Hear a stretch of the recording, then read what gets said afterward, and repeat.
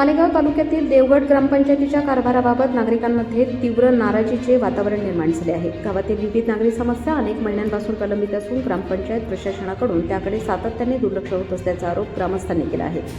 सुमारे 2500 ते 3000 मतदारसंख्या असलेल्या देवगड गावाला गेल्या अनेक महिन्यांपासून कायमस्वरूपी ग्रामविकास अधिकारी नसल्याने प्रशासकीय कामकाजावर परिणाम होत असल्याची भावना ग्रामस्थांनी व्यक्त केली आहे।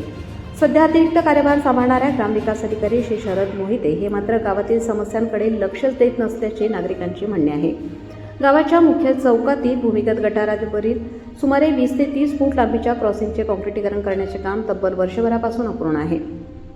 कामासाठी साहित्य आणूनही प्रत्यक्ष काम सुरू होत नसल्याने नागरिकांना मोठा त्रास सहन करावा लागत आहे। या ठिकाणी अनेक दुचाकीस्वारांचा अपघात झाला आहे।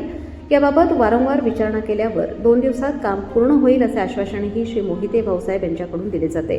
मात्र वर्ष उलटूनही परिस्थितीत कोणताही बदल झालेला नसल्याचा आरोप ग्रामस्थांनी केला आहे। याशिवाय गावातील काही भागात आजही नागरिकांना वापरण्यासाठी व्यवस्थित रस्ता उपलब्ध नाही। विशेषतः संजय गांगुर्डे यांच्या घराजवळ तसेच पावसाचे पाणी साचणाऱ्या परिसरात रस्त्याची अत्यंत दुरावस्था झाली असून पावसाळ्यात नागरिकांना मोठ्या अडचणींचा सामना करावा लागत आहे। या ठिकाणी मुरुम टाकून रस्ता दुरुस्त करण्याची मागणी अनेकदा करूनही प्रशासनाने अद्याप कोणतीही ठोस कार्यवाही केलेली नसल्याचे या भागातील नागरिकांचे म्हणणे आहे।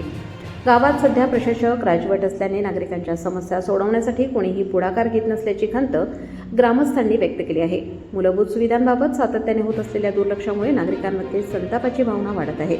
दरम्यान येणाऱ्या 8 दिवसात मुख्य चौकातील क्रॉसिंगचे अपूर्ण काम पूर्ण करून तसेच संजय गांगुर्डे यांच्या घराजवळ तसेच गावात ज्या ठिकाणी पाणी साचते त्या भागातील रस्त्यांवर मुरुम टाकून व्यवस्थित करण्यात आला नाही तर ग्रामपंचायत कार्यालयासमोर तीव्र आंदोलन करण्यात येईल असा इशारा त्या परिसरातील नागरिकांनी दिला आहे।